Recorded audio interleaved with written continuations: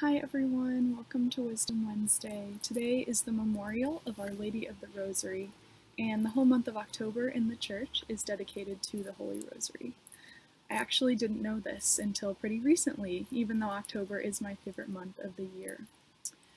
So even though I grew up Catholic, I never really fully appreciated the importance of the Rosary. It was something my grandmother taught me, and we did it once or twice at my Catholic grade school, but other than that, it had always just seemed kind of like a rote traditional prayer that didn't carry too much meaning behind it. So several years ago, I shared this thought with my mom, who is one of the people in my life that I most look up to when it comes to matters of faith. She affirmed that she too had struggled to feel a connection to Mary and to God while praying the Rosary in the past. But, she said to me, during the times in my life when I felt the lowest, times when I was sure I was beyond comfort, I pulled out my rosary because I didn't know what else to do. Enduring my prayer without fail, Mary has brought me consolation.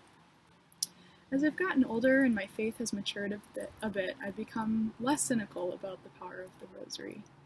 I too have encountered times when I've been so sad and felt so distant from God that all I could do was rely on the repetition of Hail Marys to bring me peace.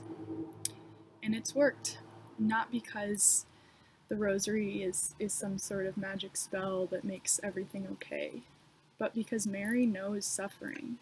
Having said yes as a teenage girl to raising a son she knew was to die, and having watched him die a painful and unjust death at the hands of the state, she knows the sting of desolation and grief as acutely as any of us who have suffered knows.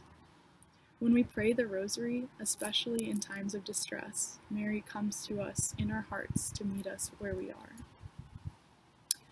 So last year, when I was living in Ecuador as a volunteer, there was a woman who lived in my neighborhood named Gloria.